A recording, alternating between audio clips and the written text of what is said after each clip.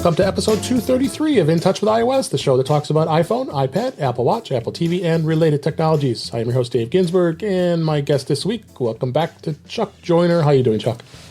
I'm great, Dave. Thanks so much for having me. Oh, I'm surprised that I'm back already. It seems like I was just here. Yeah, well, that's why we always want to bring you on, especially when there's all kinds of good stuff to talk about, as well as when Jeff Gamet joins us. We're always going to have some great lively conversation this week. How you doing, Jeff?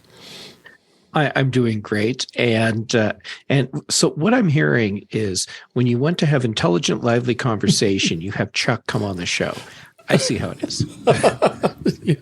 I didn't say intelligent. I just said lively conversation. But it is intelligent. But it is intelligent too. Wait a minute. I think I just. That didn't go the way I was expecting. No, I didn't go. I think I stuck my foot in my mouth there. No, maybe Jeff. It's when you and I are here together that the synergy is what happens. I always get some great feedback when you guys are here, so it's always good to have you both here. So. Great feedback. Great. Sure. All right, let's move on. So this week we got a lot of good news stories, a lot of stuff going on, beta with 16.2 imminent, and like I always say, let's just jump right in and get to the news for this week. First story was Apple shares its most popular podcasts of 2022. They did reveal their top podcast episodes, shows, channels, and subscriptions that listeners engage with the podcast app throughout 2022. And no surprise, you have the big popular ones like Crime Junkie, The Daily, Dateline NBC.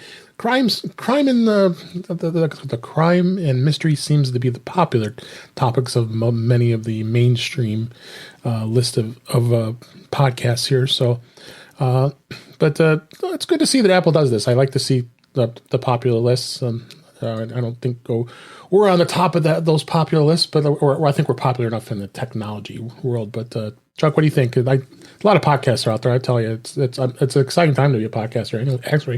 Actually, it is. And first of all, I kind of think that the true crime thing is just a reflection, maybe, of where society is at the moment, with all the turmoil and conflict and everything. Yeah. You would think that people would try to escape a little more from it, but instead they just seem to dive deeper.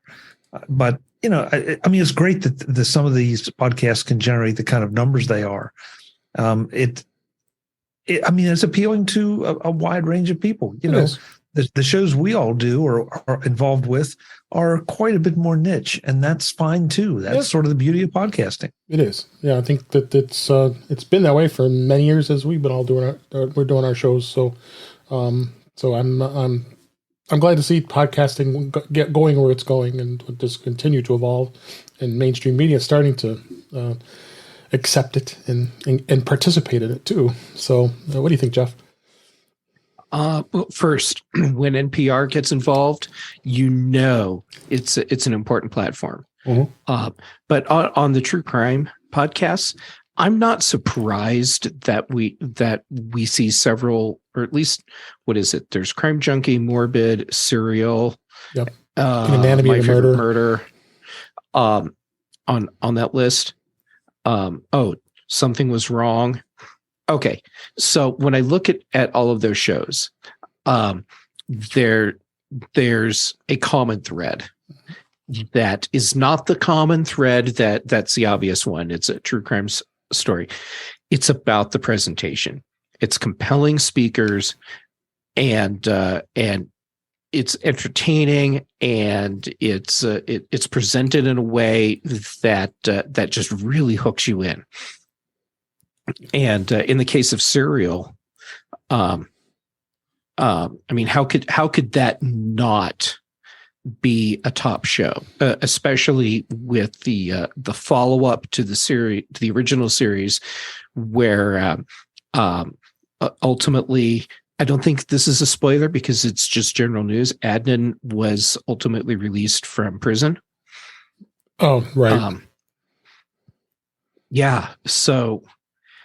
Yeah, I'm not surprised. But when you look at the other top podcasts, for the most part, it's like really interesting stuff. Radiolab, holy crap! What an amazing series Fresh Air.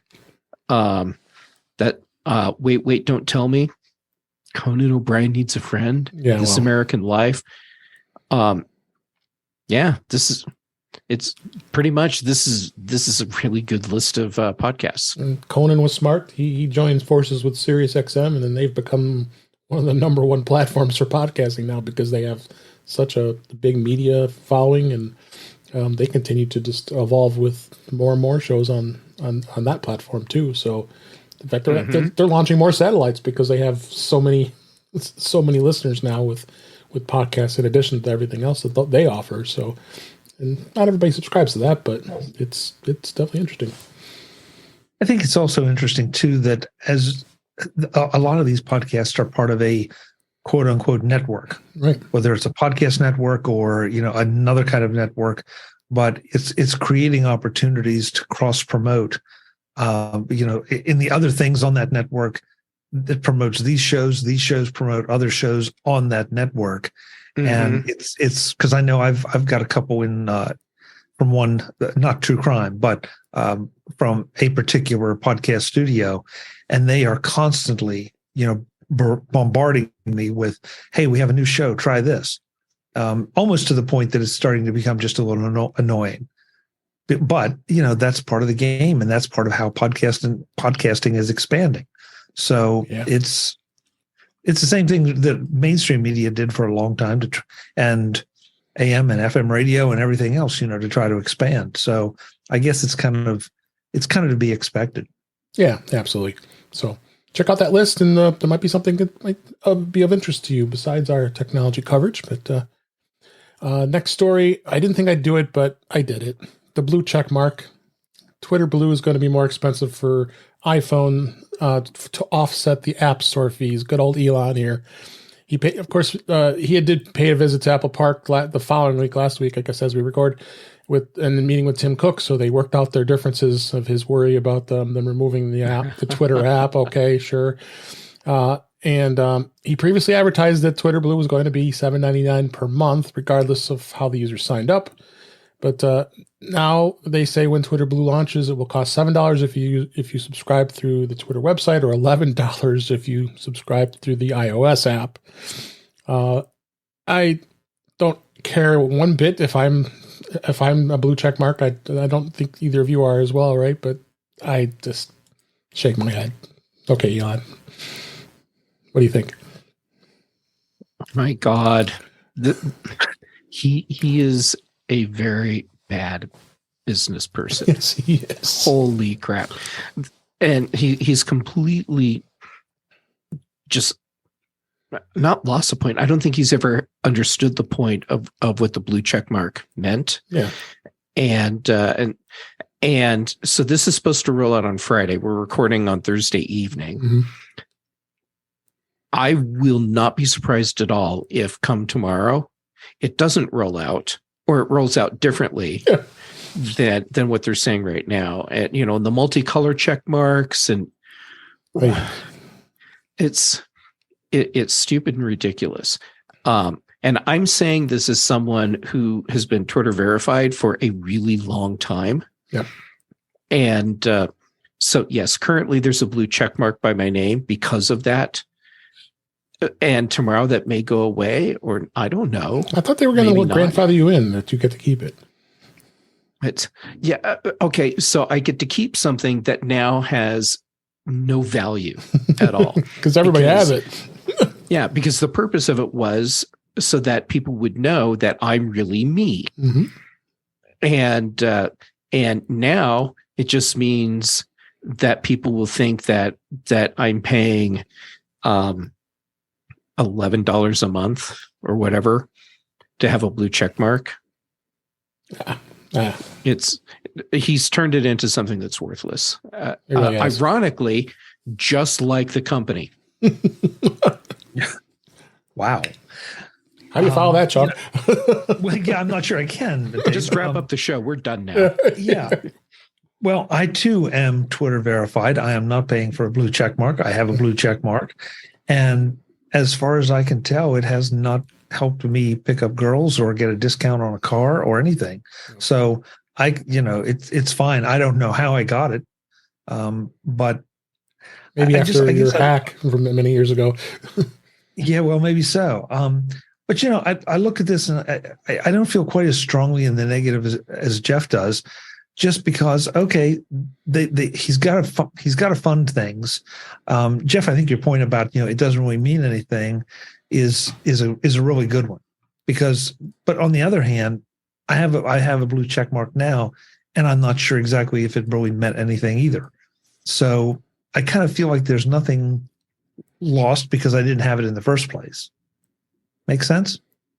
It makes sense. Yeah, it's the blue check mark went from being something that signified a validation or verification of who you are to something else entirely. Where at some point people started looking at it as like a prestige thing, I guess. Which I never saw it that way. When I applied for a blue check mark long ago, I did it because I was a journalist, Right. And there were people out there trying to impersonate all kinds of people that had some sort of public presence. So I thought, I better just try. Because I'm seeing so many people that are having to try and prove that these other accounts aren't them. So it'll be easier for me to prove what account is me. And I applied and got my blue check mark. I did have to go through several steps to prove who I was, which was great. And seriously, I think that was a good thing to have to do. But now it's like it doesn't really mean anything. Yeah. It is pretty meaningless. So let's go move on. We don't need to dwell too much on Elon at this point. Next story here. Apple has announced App Store changes, including the expanded pricing up to $10,000. Apple announced it's providing developers with an additional 700 different price points in the App Store apps. Allowing apps to be priced as low as 29 cents and as high as $10,000. Developers who want to price their apps above $1,000 must submit a request to Apple to help prevent meaningless, expensive apps from being released on the App Store. In total, developers will have the ability to select from the 900 price points, with the 100 highest price points available upon request only. It looks like it's going to go every 10 cents up to $10, and every 50 cents between $10 and $50, and so forth. The article on Mac Rumors here has a grid of what's going to show. So you can get an app as low price as 29 cents, because I thought before that you could only do like a 99 cent and higher. I think that's what it was before. Yes. So interesting to see where they're going with this. I'd be curious to see who is charging $10,000 for an app. Must be something pretty special. What do you think? I came away from this with mixed feelings. I was glad to see that they've taken the app, the bottom end down lower for those apps that probably should generate a little something and that are being given away for free right now, that are good, legitimate, credible apps. It also concerned me a little bit, though, that now anybody can put, anything up, that maybe the app just shows a picture of them and their dog, and they want you to pay 29 cents for it. So, that I don't know. I mean, I think it's a mixed bag, whatever you consider the floor as being, especially since we all have talked endlessly over the years about what seemed to be the race to the bottom, the devaluing of software.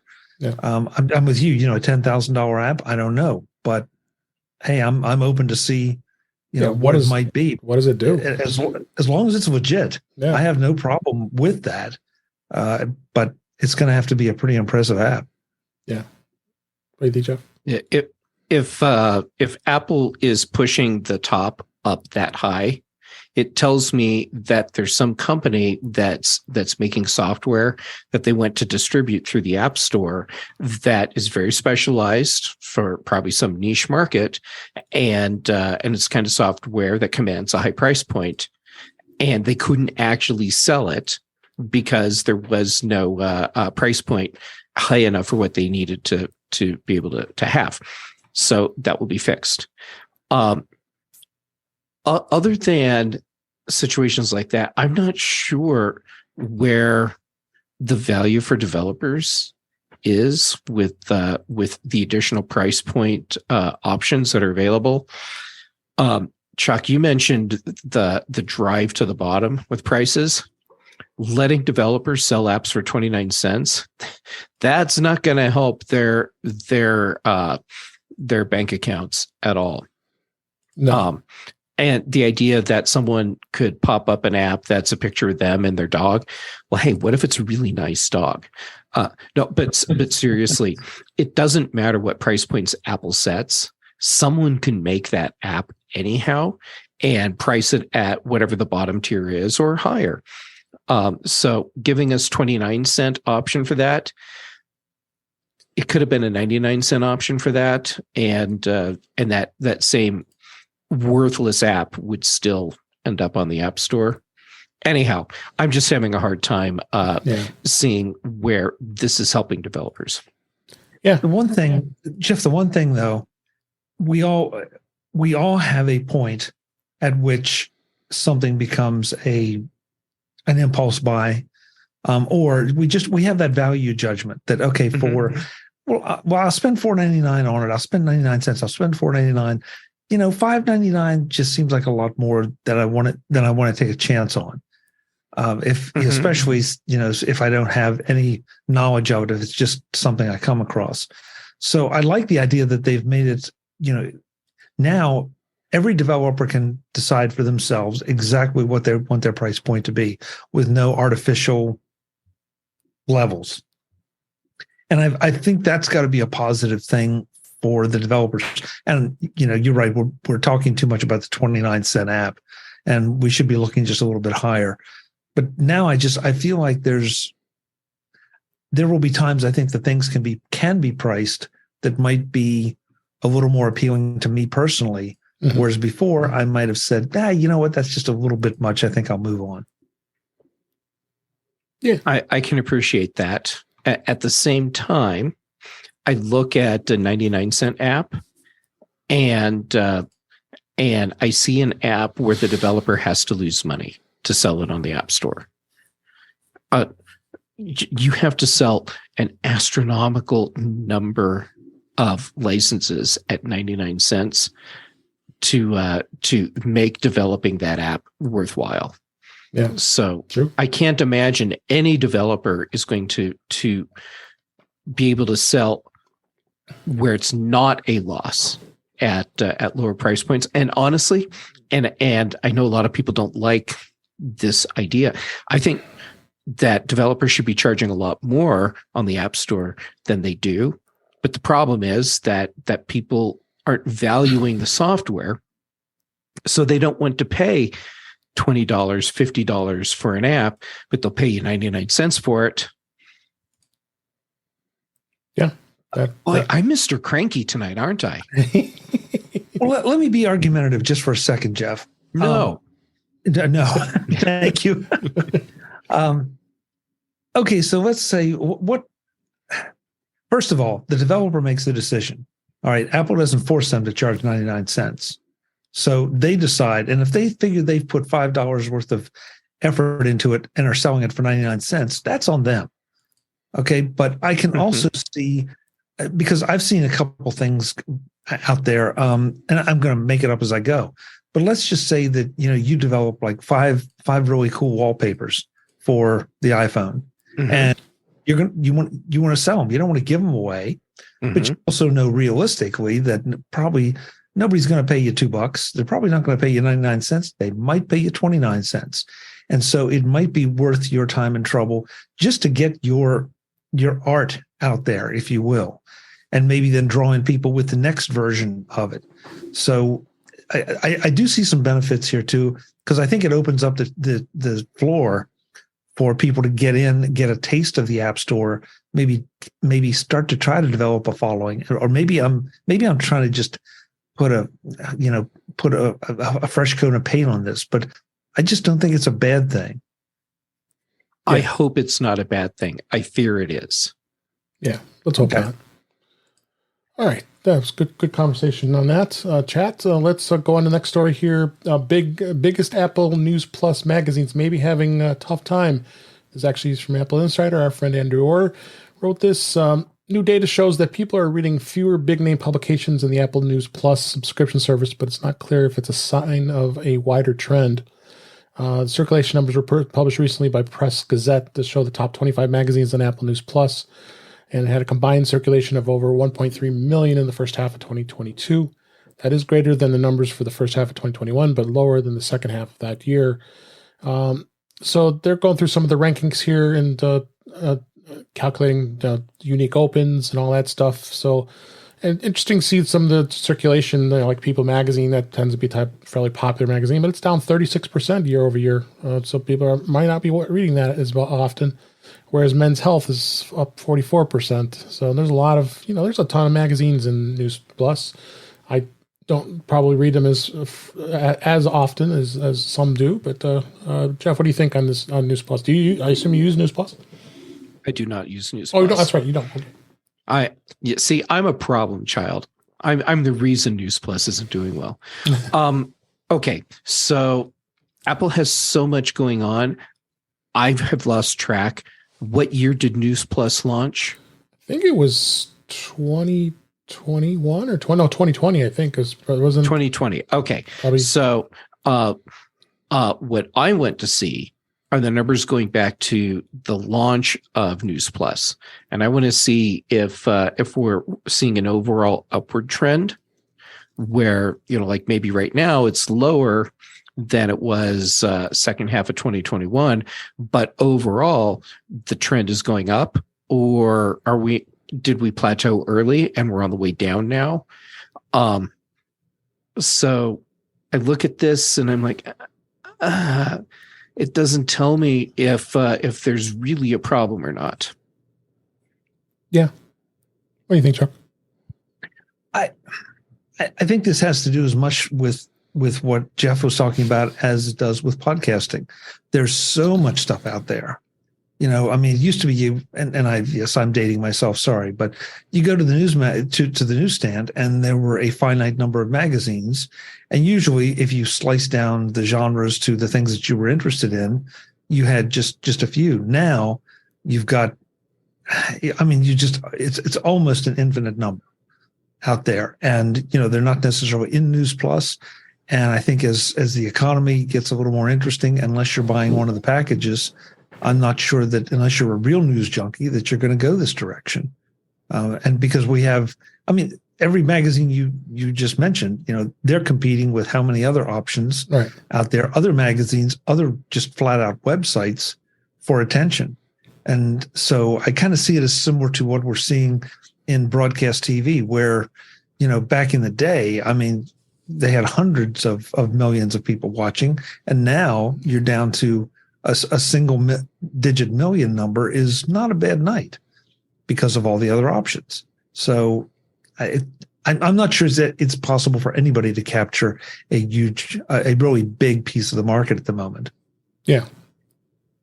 Magazines, that's always been a tough space. It is. And watching magazines come and go, it's like a turnstile. And has been for decades now. You have a handful of what appear to be stable magazines, but in reality, they're probably freaking out and have been for years. Right. Like, how many more issues can we really go? And then you have all of these other magazines that come and go so fast that you can't even keep track of them. Here's where part of the problem is coming in. When you're creating content for magazines, by the time it's published, that the process where it was locked in happened a few months ago for something that's coming out today. So you're talking about a medium where you have to find a way to try and make content relevant for the future. And that's really hard to do. Now, if you're doing electronic magazines, now you can have content that's relevant today. But then for something like the New Yorker, the Atlantic, National Geographic, what they're doing is creating content that is timely-ish, but has a much longer shelf life because it's more about like a deep dive into something where you're looking at a topic from maybe if it's a political thing, you're looking at the topic over the course of weeks or months or years and writing about that, as opposed to writing about what a specific politician did yesterday. Yeah, it's hard. It's really hard. I'll correct myself. It was March of 2019 when that News Plus came out. So, okay. So I would like to see the data going back to 2019. I want to see that trend, and then I'll let you know what I think about the numbers we're seeing today. Yeah, they were. I remember they were pretty big when we covered it back then. So, and then they added audio stories a year later. So. It's a good aggregator. I mean, and of course, when the Apple One bundle came around, people were bundling it because I think it's like around $8.99 a month. I'll have to check that. I might be wrong. I think it's a nice deal as part of the Apple bundle. It is. So I use it. I like catching some of my news there, but I think we're all news junkies in the sense for technology and using aggregators to grab all of our information. So the good. Both places are decent places to find your news. So. Next story, Tim Cook has confirmed that Apple will buy TSMC chips to be manufactured in Arizona. This was this week as we record here today, confirmed Apple that was going to purchase these chips. It's going to be U.S.-based factories that are being constructed in Arizona. Cook was in Arizona at the announcement of this investment in the state, which was also attended by President Joe Biden as well. And thanks for the hard work of many people, these chips are not going to be proudly stamped made in America, which is something really to say much about chips and everything else that we've been dealing with. So, and they said today's only the beginning. We're combining TSMC's expertise in the unrivaled ingenuity of American workers and invest in a stronger, brighter future.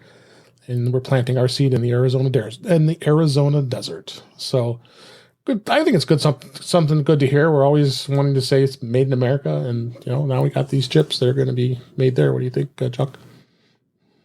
I almost didn't see this as news. I mean, Apple needs chips, and so if TSMC is going to do it in Arizona, great. If they do it in Disney World, fine. That if the chips are up to Apple standards, Apple will buy them. So I think the investment in chip making here is really more of a sign that they're trying to further diversify their supply chain and not be as dependent on what we've seen up till now. So I applaud everybody for that. But beyond that, it's like, this Apple's going to buy chips. Wow, is that news? Yeah, no, I thought it was newsworthy enough that I like the fact that we are going to have some chips made here, and that could be a trend. Because obviously with the issue that's going on right now with getting enough iPhone 14 Pros out of China, and I know they're reevaluating that as well. This could be a trend. What do you think, Jeff?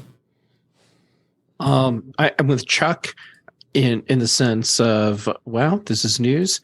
Okay, what I mean by that is Apple is buying chips from TSMC's plant in Arizona once it's completed. Of course they are. There's no way TSMC would build a plant in Arizona if they weren't making chips for Apple. That to me just seemed like a no-brainer. On diversifying, yes, absolutely.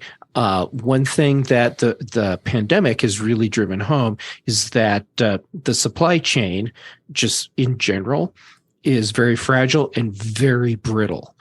And so if one place breaks, then it cascades out and causes so many problems.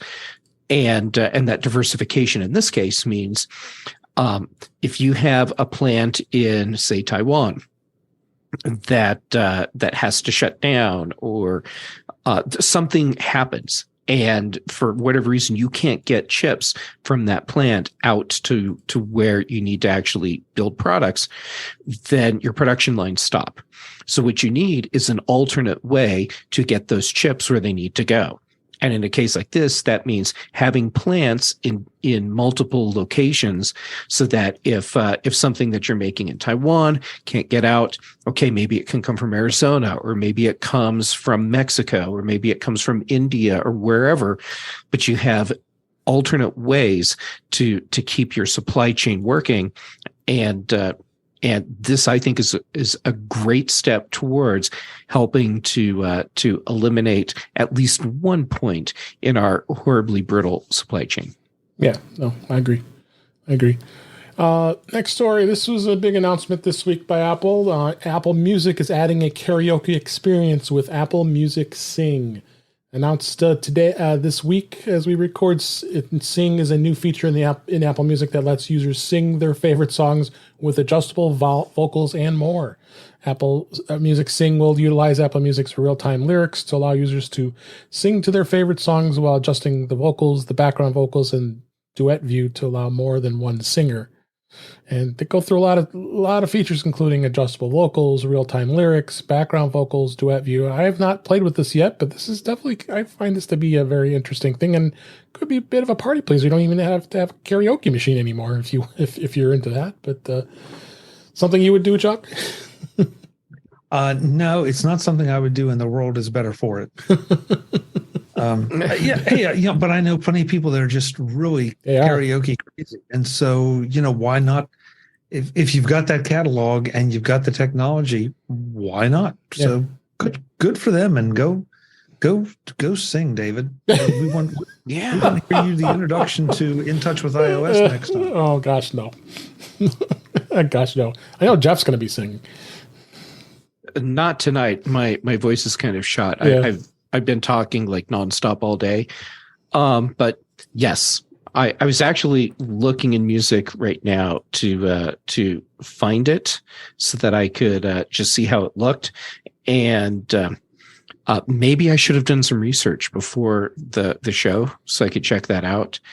I haven't played with it yet, but neither. But yes, of course I'm going to play with this. Absolutely. Okay, so everybody listening to this, email in what you think Jeff should come and sing on In Touch with iOS. That's feedback@intouchwithios.com. Couple other. Be careful what you ask for, Chuck. We got the link in the show notes to the press release that Apple released, but then I found this interesting tidbit: the fact that the Apple Music Sing is going to be limited to latest Apple TV, not coming to older models.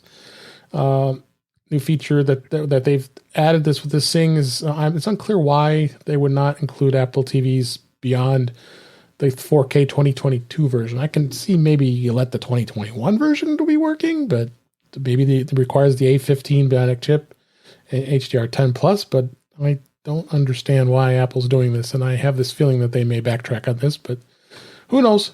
Stranger things have happened, don't you think? Well, we're getting Stage Manager on iPads that Apple said we couldn't have it, so maybe the same thing will happen here. I would love to know what the limitation is, if it's legit and not artificial. Yeah, I've forgotten if there's a chip difference between the respective models or the more recent models of the Apple TV. There is. I think it's A12 to A15. I believe it was. Yeah, I mean, I don't know if that could be part of an explanation, or just simply, hey, this is a brand new capability, and so you're going to need a brand new Apple TV to do it. Yeah, and I'm always the one that says this is business. This is the way it is. You give the people something they want, and maybe they'll buy the current version of your hardware. So that doesn't bother me a whole lot, because I don't think that at the price point of the Apple TVs, the karaoke people aren't going to bat an eye. Right. They're going to just say, "My God, let's go for it." So, why wouldn't you? And those who are just going to fool around with it, or maybe use it once or twice, they probably weren't going to buy the Apple TV just to do that. Right. So, well, Chuck, knowing that you are big into the karaoke scene,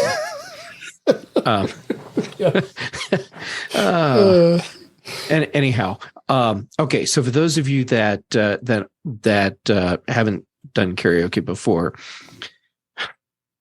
A lot of the discs that you can get are just straight up garbage. So much so that I've actually been to professionally done karaoke events where they're just grabbing stuff off YouTube because it's at least as good as the stuff that they were buying on disc.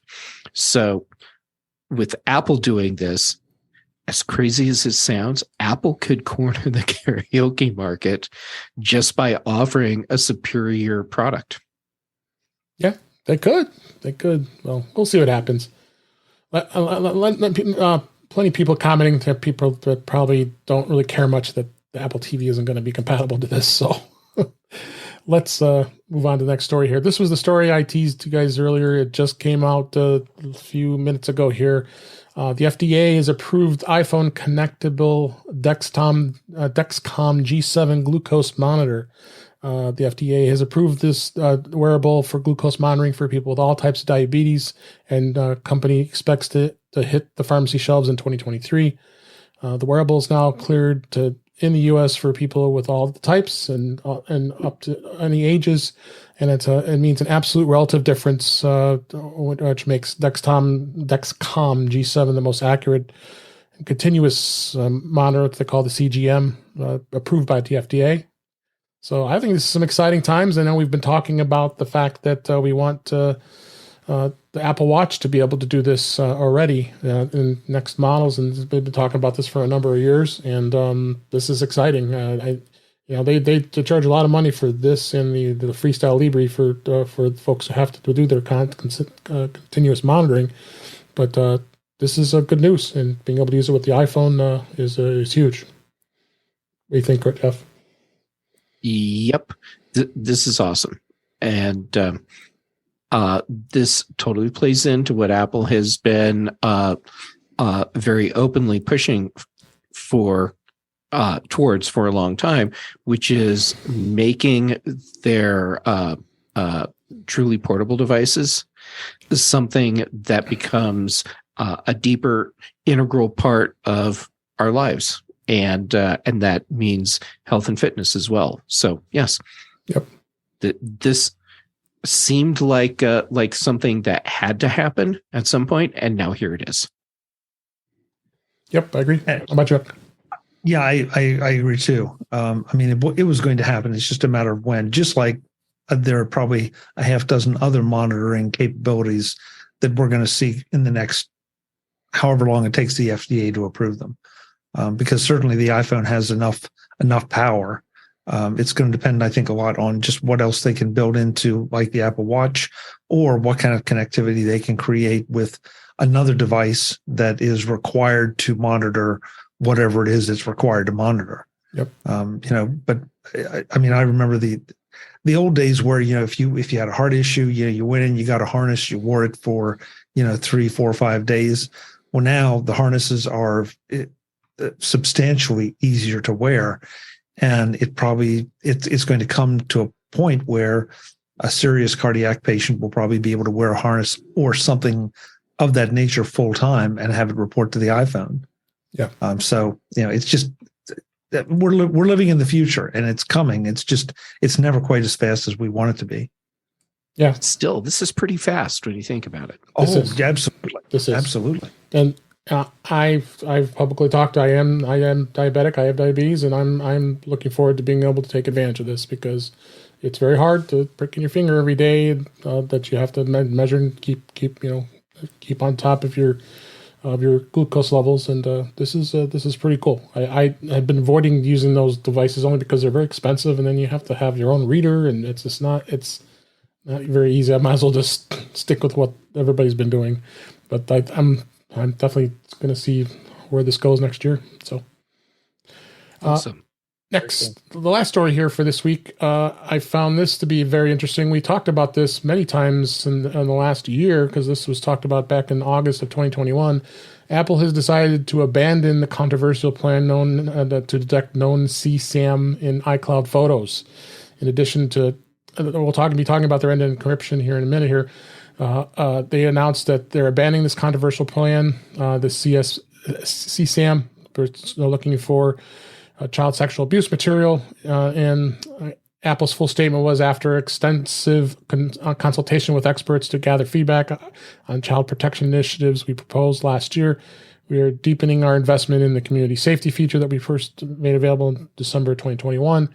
But they have decided to not move forward with the previously proposed CCM Detects tool for iCloud photos. Children can be protected without companies combining through personal data, and we will continue to work with governments and child advocates and other companies to help protect young children, preserve their rights to privacy, and make the internet a safer place. So I think this is a smart move, in my opinion. I think there's been tons of controversy with this subject with the CCM and privacy and all that stuff. I'm kind of interesting to see what Apple decided to go this route. What's your thoughts on this, Jeff?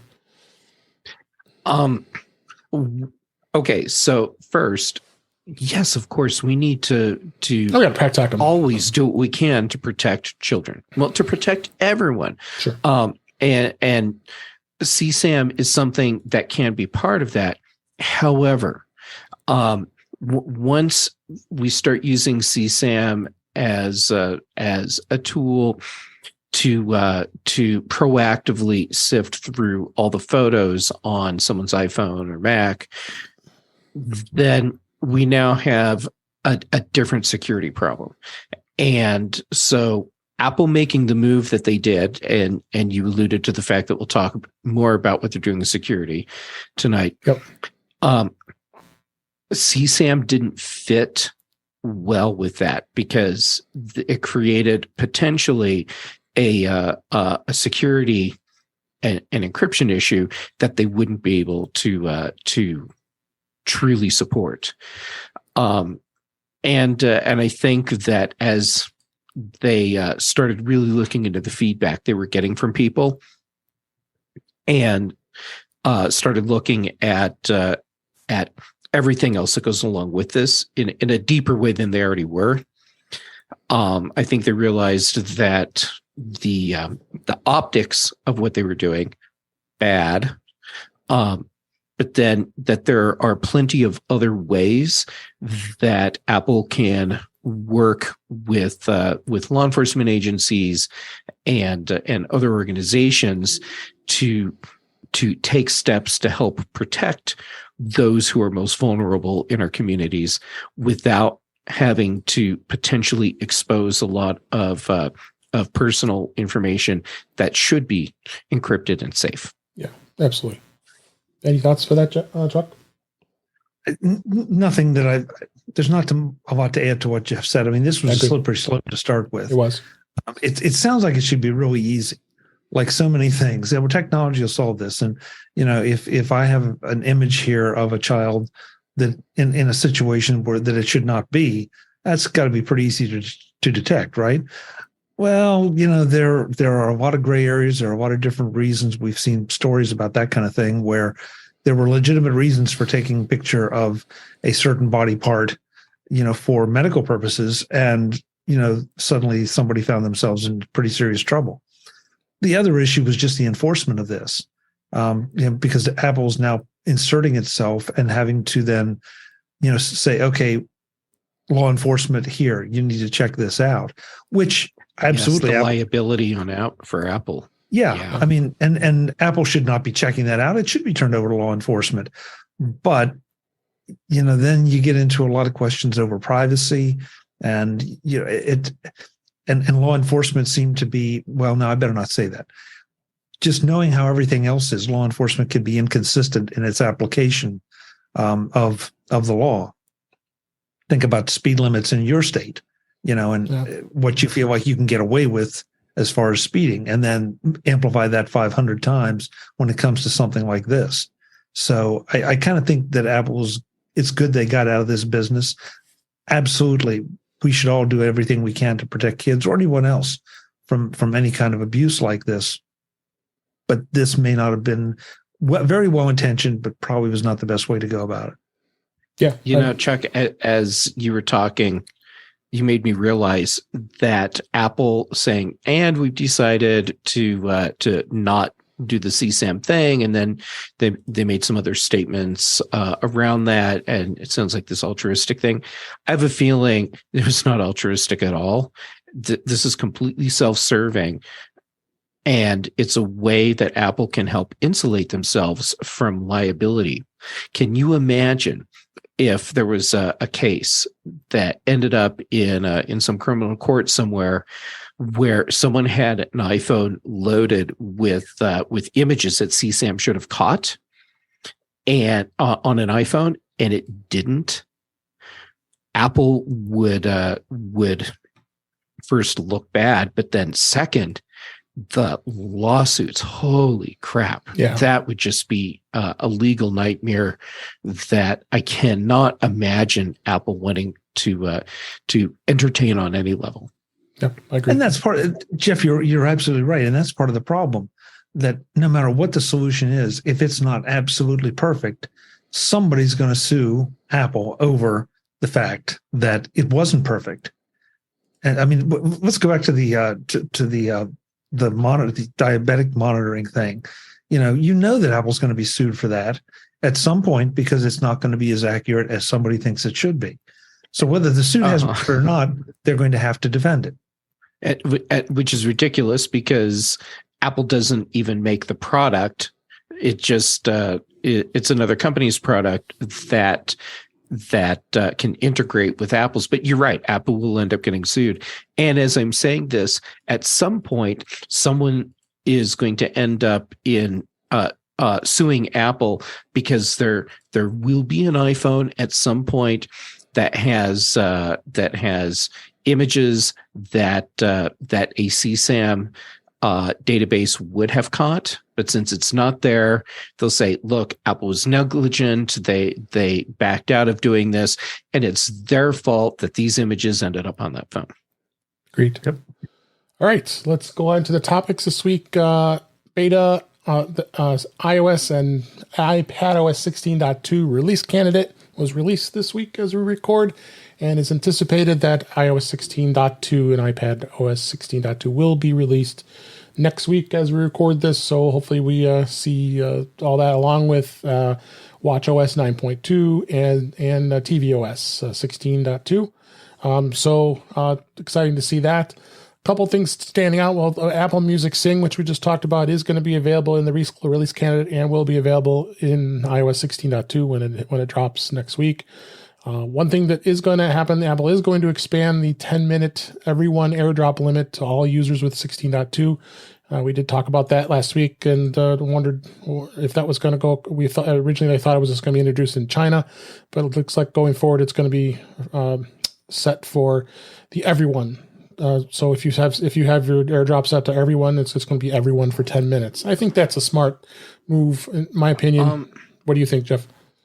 I might be misunderstanding. Okay, but I thought it was AirDrop is for contacts only, AirDrop is for everyone, or AirDrop everyone for 10 minutes. Right. I'm sorry if I did not explain that properly, but yeah, it's everyone for 10 minutes.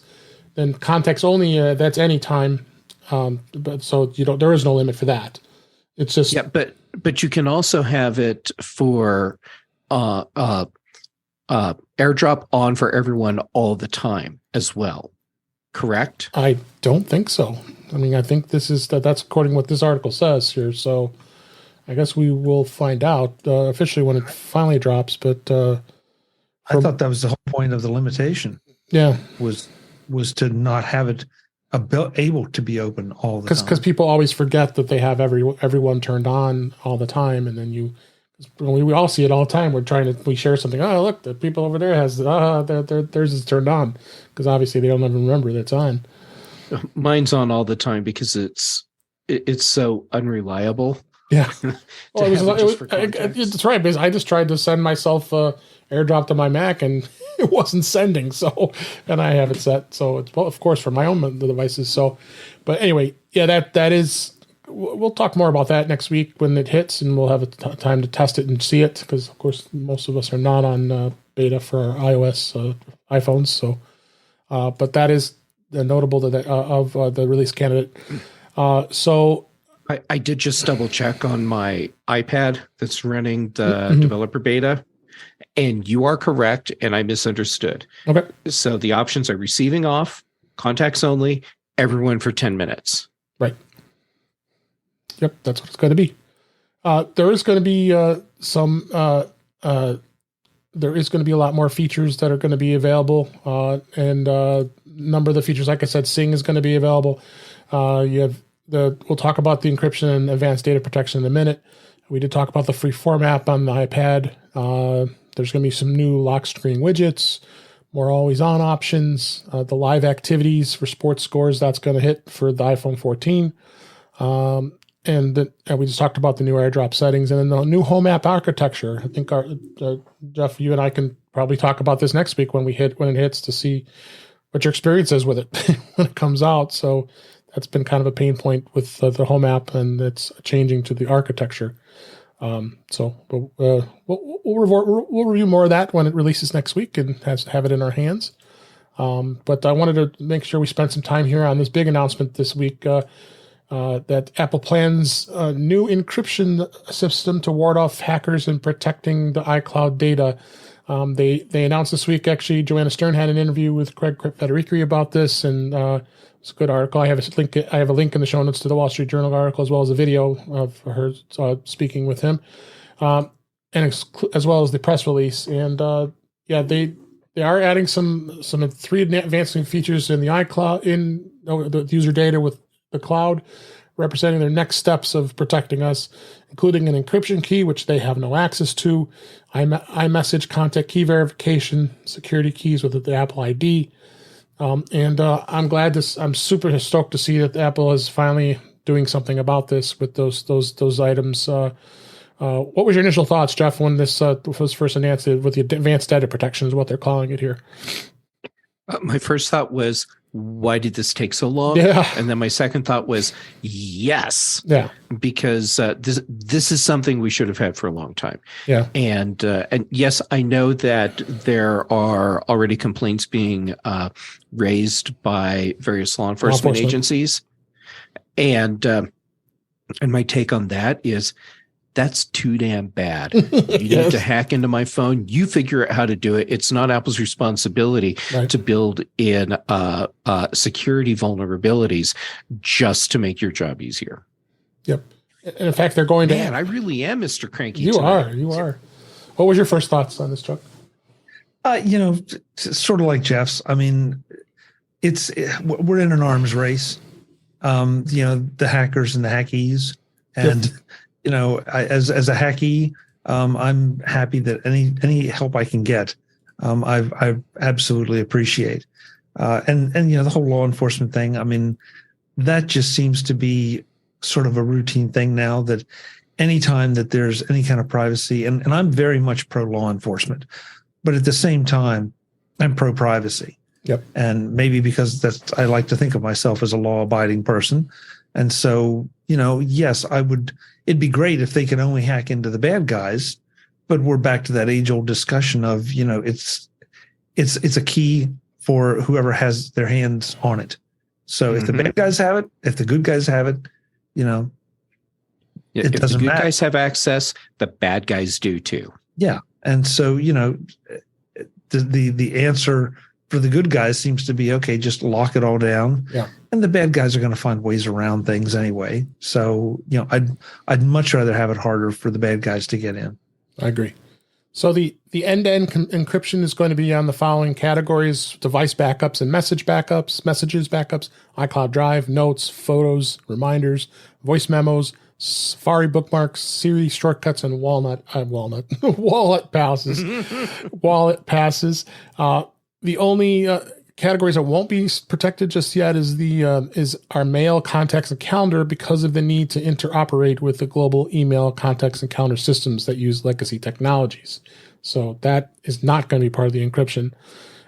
It already started with the testing in 16.2, and people will be testing it this week.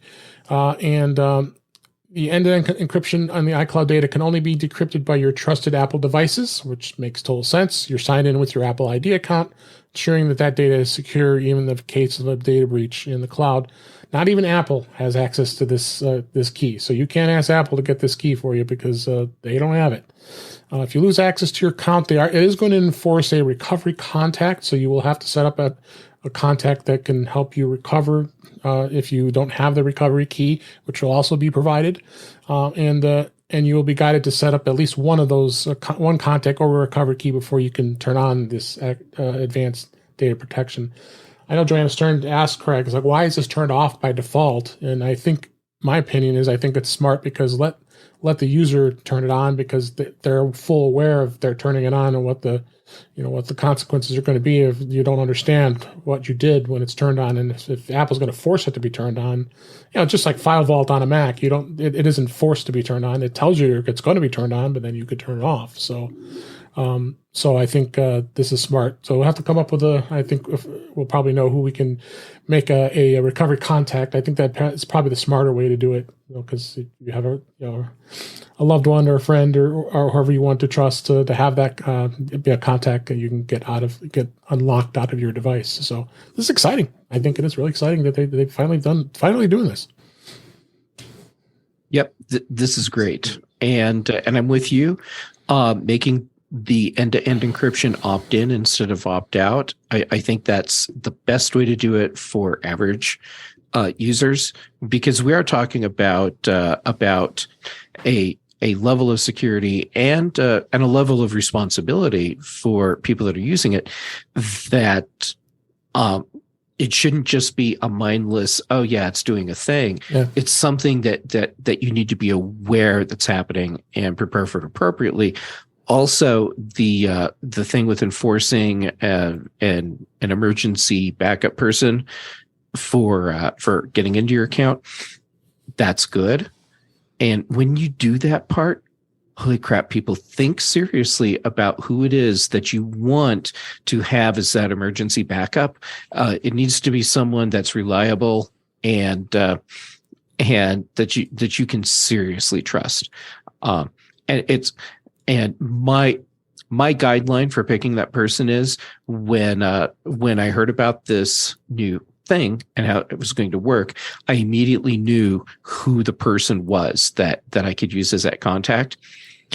And that's probably how it'll work for you too. Like you'll know, you know who that person is.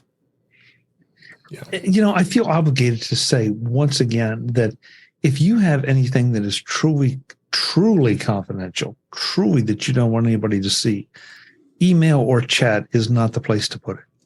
Right. Yes. Good point. I'm still, of course, I'm always amazed at what people post to social media, regardless. But yeah, sorry. But no. We didn't talk about that pre-show, but I won't bring it up. Yeah, exactly. Yeah, those pictures were something, Jeff. Oh boy, howdy. But that we all have financial transactions that go back and forth. But if it's really something that is that important and you don't want it known, that's not the place to do it. Yep. No, I agree. Yep. But if you want to have some really light reading, there is links in the show notes to iCloud Security Overview and the Apple Platform Security Guide if you want to have some light reading to find out more about what Apple's doing. It can get very geeky, so I don't recommend it if you aren't gonna want to fall asleep when you read that. But it is good information for us who are in the technology world here to know and understand how this works. But I just was super excited. This was announced. I believe it was if it's today or yesterday that the word hit here. So this is some great information here. So with that, let's just talk about a couple more things here. There was one article here I found to be interesting here, and I wanted to talk about it real quick because I got some time here, is the fastest 5G phones that are around the world. This article here on Ookla, which does a lot of speed testing and such, they broke down with some analysis of what phones were the fastest in the different countries around the world here. It's interesting to see how these 5G phones are working. So, like in the first countries listed here is Brazil, and Motorola was looked like the fastest of the download speeds in that country. And then in China, no surprise, Huawei and OnePlus were up there in speeds too. But then you start going down to other countries like Germany, and they have Apple iPhones, and no surprise here you go down to the United States, and the iPhones are dominant as far as the speeds. The top two are the 14 Pro and the 14 Pro Max, getting some pretty good speeds here. And it's good to see that 5G is really working well in the U.S. We still have some dead spots here that we're looking to fill in with the rural areas. But I found this data to be pretty fascinating to see how 5G has come along on this. And what do you think, Jeff? On this is something that you find interesting? Oh, absolutely. I love seeing tests like this, and I love seeing the numbers. And it's interesting to see which phones are ranking at the top of the list, and consistently, it is not an Apple phone. Yeah, but they're still in the top of the list. They're just not the top of the list. And then scrolling down and looking at some of the countries, like in Vietnam, where the iPhone 12G, or excuse me, where the iPhone 12 5G is showing up, and actually outperforming the iPhone 13 Pro and 13 Pro Max on 5G. Yeah, oh, absolutely. Hey, any thoughts on this, Chuck? I'm sort of taking a different angle on this, and I don't want to sound like a naysayer because that's not the way I mean it. But the thing that I find fascinating is the differential between the top. I think what do they have? 1, 2, 3, 4, 5. The top 5 in each. Sometimes the differential is significant between the top and the bottom. Sometimes not so much, and so I have to wonder at times how much difference does it really make. Now, if you're trying to download a file, that may be important to you. If you're trying to watch a movie, well, I don't know. I don't know how much of a difference it makes. Sure, when I hit the button, I want it to play it instantly. Is that realistic? And how much of a difference is there between one of these the top one, number 1 and number 5? So yep. I think they're all pretty darn fast speeds. There's nothing here that looks like a dog in the top 5. Yeah. So, also, I misspoke. So I'm going to call it out now before people start hammering you, Dave, with emails. In Thailand, the UK, and the US, the iPhone 14 Pro was actually the top performing phone. I just missed seeing that as I was scrolling through the data. It's just like China, no surprise. I mean, you get the dominant Huawei and other Chinese phones tend to be more popular, but the iPhone, Apple does pretty well with the iPhone in China as well. Still, it's interesting. I would love to see data on what's different technology-wise in these different countries, because you would think that performance would be the same everywhere because it's the same devices. But clearly, it's not the same technology driving 5G, and which could just be it's different hardware. So yeah, I'd love to know what's different. Yeah, me too. So articles in here in the show notes here. It's very fascinating to see how these phones have just become faster and faster, and 5G is just continues on to be evolving here. So. Now, speaking of cellular, other article here I wanted to talk about real quick is what the darn cellular Wi-Fi satellite and symbols that they mean on your iPhone and your iPad. We've always had wonders what all these different icons used to mean, and Macworld did a great write-up here. And I really love this grid here. It's showing starting from the 2G to the 3G, and all the way down up to the advanced 5G, and then of course cell and satellite.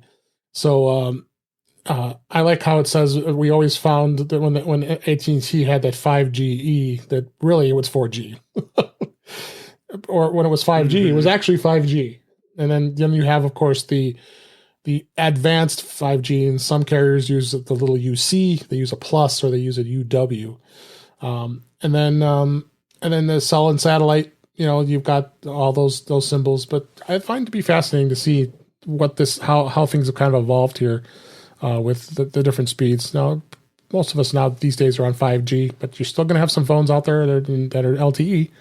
That are still, in this 4G LTE network, but won't see any more on the 2G or 3G. That band is close gone. Yeah, I found this to be pretty interesting. What do you guys think?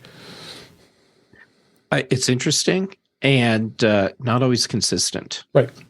So here's my example. When I was switching over from AT&T to Mint Mobile, I was switching from having a SIM card from AT&T to an eSIM for Mint, and so you have an overlap time because you don't cancel the one service before you have the other set up. So when I had Mint on eSIM and AT&T on regular SIM, the Wi-Fi or not Wi-Fi, the cellular signal symbol that I saw is the same one that's for cell and satellite, where it's the broken line, where you have what basically looks like dots at the bottom and then smaller bars on top. Right. And my assumption was, what I'm seeing is that I have two SIM cards to work with here, right, which makes sense. But at the same time, now I'm realizing, oh wait, that's also the symbol for when you're doing cellular satellite. Ah, that's right. So it does, especially with satellite now with the SOS that's out. That definitely is. So, or I'm misreading what the symbols mean, which says a lot about how ridiculous the symbols are. The symbols are. Yep. Any other thoughts on that, John? Just make it work. That's right. I mean, I think we're interested. I'm not sure the average person, other than just having a diagnostic part and the cell satellite. I mean, that's obviously for a more sophisticated user. Right. Most of the time, I honestly don't think people paid that much attention. And except maybe when they're buying their phone, then the salespeople are giving them the spiel, and there's I want the fastest I can get. But then they go home, turn it on, use it, and are watching TikTok videos. So, yep. Lastly, I wanted to close with this discussion. Apple does have at least 5 more things to release heading into 2023. We already talked about iOS 16.2. That'll be out next week. There hasn't been much talk about Apple Pay Later. That was introduced back in June at WWDC. It was supposed to be a feature where instead of you actually putting on your Apple Card, you actually could pay later, and they would just break up however many payments you want to do every 2 weeks and on 4 payments, or however it would break down here. So looking like now it may not launch until 2023. You guys remember talking about this before, and I'm surprised. I mean, I guess that also goes along with the Apple Card savings account that was supposed to be coming as well, and that hasn't come to be as of yet. So maybe some banking regulations holding it back, and I don't know what is holding that back for why that hasn't been released just yet. That would be my guess. Because anytime you get into the financial institution regulation, it's insane. And it's quadruply insane since Apple's going to have to do it across multiple countries. Right. So, yep. That's why the Apple Card still hasn't left the United States yet. So, yeah. I mean, this looks great. And both those options will be great when they get here. Yeah. It's just a matter of this is almost worse than the healthcare stuff. Right. As far as regulatory approval. Yeah. Yep. And the Apple Music Classical, then, they did acquire Primephonic, and I'm not a classical music listener of much, but there still has been no sign of the classical app, or if it's going to be integrated. And, they've been talking about this for a while, and I'm not sure if that's ever going to, I would hope eventually it's going to come out, especially there's plenty of classical music lovers that probably would want this. I seriously champing at the bit for this. Among the wide and varied tastes that I have in music, I listen to a lot of classical, and so when this acquisition happened, I was immediately excited. And give this to us, people. Tired of waiting. With all due respect, Jeff, and maybe I'm saying something I don't know what I'm talking about, but I have to wonder if this is just a revenue thing, that it's going to generate some revenue, it's not going to generate enough revenue, so things keep getting precedence over it. Yeah, could be. I mean, I have no insider information on why this hasn't rolled out yet. I just know that I want it to roll out. Okay. Yeah, and I don't have any either. That would be my first thing, because otherwise it would seem like, short of some of the ID3 tag issues that classical music seems to have in comparison with the quote unquote popular music. Yeah. That would seem to be the only issue. So well, I mean, there's a reason why Prime Phonic had to be a thing. Right. And it's the naming for classical pieces gets really complicated. Yep. And so Prime Phonic. Well, give it to me. I want it now. See what happens. I mean, you got some classical music in the library now, but it's not anywhere near as comprehensive. There's a lot of classical music. It's just hard to find it, to get at. Yeah, because how do you get the right name? And it's just frustrating. Well, let's hope in 2023. Lastly is the self-service repair program, which we all chuckled about when that came out. A lot of talk about getting those big all that equipment they send you, and you got a week to fix it, and it's $1,500 or $1,200 if you don't return it right away. And it was supposed to expand into other countries in Europe, and additional Mac models and Apple Silicon chips were supposed to be added to the end of the year. Who knows what that's going to happen? If Apple's even paying attention to this anymore, honestly, because I just don't. I think we talked about it. Add in. I'm sorry, I just totally jumped in. Oh! So we talked about it, but go ahead, Jeff. Didn't Apple add in new Mac models already? I thought they didn't. At least I didn't hear anything. Oh, it's hard to keep track. Oh, I know. So interesting to see what's left. I mean, obviously Macs didn't get announced this year. The newer Macs for the M2 processors going towards some of the new to expand upon the MacBook Pro and the MacBook. The MacBook line. So that's what I was thinking of when Apple added in the MacBook Pro and MacBook Air M1 models. Yeah. And now there's an M2 MacBook Air, and but they haven't gone any further than that. So we'll see what happens. Yeah. So, but this was great conversation. Great show this week. There was just a ton to talk about, and we'll have more to talk about next time. So, but for now, let's go ahead and wrap things up. That's a wrap for this week. Please send your comments, questions, and suggestions to our email address. It's feedback@intouchwithios.com. You can follow us on Twitter @intouchwithios.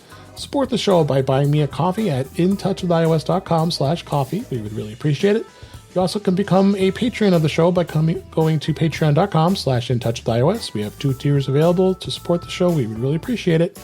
Make sure you like, share, and subscribe so you're notified when we are live streaming on our YouTube channel, which is youtube.com/intouchwithios, where you can watch us live at 8 p.m. Eastern, 5 p.m. Pacific on Thursday nights, as well as you can watch the previous shows and listen to the previous shows. Visit In Touch with iOS magazine on Flipboard, where many of the topics we discuss are flipped into that magazine.